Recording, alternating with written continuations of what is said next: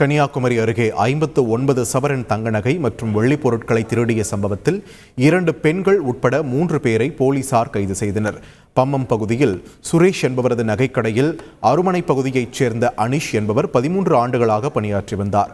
கடையில் பணிபுரியும் ஷாலினி, அபிஷா ஆகிய 2 பெண்களையும் கூட்டாக சேர்த்த அனிஷ் கடையில் இருப்பு இருக்கும் நகைகளை விற்பனையானது போல கணக்கு காட்டி அவ்வப்போது சிறுக நகைகளை திருடி எடுத்துச் சென்றுள்ளார்.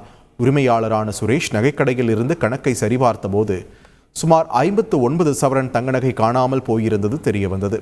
இதனையடுத்து கடையில் பொருத்தியிருந்த சிசிடிவி கேமரா காட்சிகளை ஆய்வு செய்தபோது அனிஷ் கடையில் இருக்கும் நகைகளை சிறுக திருடிச் செல்வதும் அதற்கு அந்த பெண்கள் உதவி புரிவதும் தெரிய வந்தது. இது தொடர்பாக அளித்த புகாரின் பேரில் அனிஷ், ஷாலினி, அபிஷா ஆகிய 3 பேரையும் போலீசார் கைது செய்து சிறையில் அடைத்தனர். மேலும் அனிஷிடமிருந்து 3 சொகுசு இருசக்கர வாகனங்களை போலீசார் பறிமுதல் செய்தனர். செய்திகளை உடனுக்குடன் தெரிந்து கொள்ள உடனே சப்ஸ்கிரைப் பண்ணுங்க.